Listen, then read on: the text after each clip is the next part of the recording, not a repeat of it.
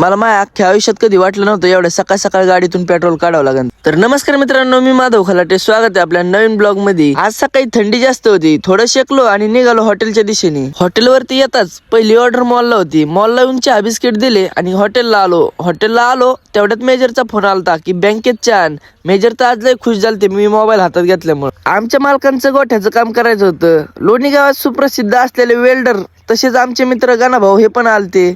गणाभाऊच्या नादी लागता घरी येऊन पावभाजी उदान दिला. आपल्याला ही रसवंती आज गावात न्यायची होती. बबलू भाऊला गाडी चालवायला लावली, पण भाऊला काही गाडी जमली नाही. मग त्याला मशीनच टाकायला लावली. पेट्रोल लागणार होतं सर्व्हिसिंगला, पेट्रोल घेतलं. मशीन बरेच दिवस बंद होती, त्यामुळे नवनाथच्या गॅरेजला सर्व्हिसिंगला लावली. नवनाथचं चाललं होतं काम, मशीनचं काम चाललं होतं. तेवढ्यात आलता गणाभाऊचा फोन, आपल्या फार्म हाऊसला चहा घेऊन ये. मग काय कांदा कस काय आलाय. मशीन तर टाकलं होतं नीट कराय, पण ऊसाचं पण नियोजन लावायचं होतं. योगेश मामाकडून त्याला धार लावून घेतली, पण ऊसाला जायला मला पहिल्याच दिवशी उशीर झालता. बरं झालं गाडीला जास्त लाईट टाकलेली, त्यामुळं लाईटीतच ऊस तोडला. गावात आलो, मशीन न्यायचं होतं हॉटेलला.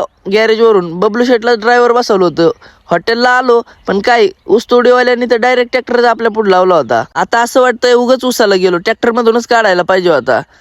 आपलं काम घेतलं करून रात्रीचे वाजले होते 11. घरी जायची जरा गडबडच झालती. मग काय 200च्या निम्म्या स्पीडने गाडी काढली आणि निघालो.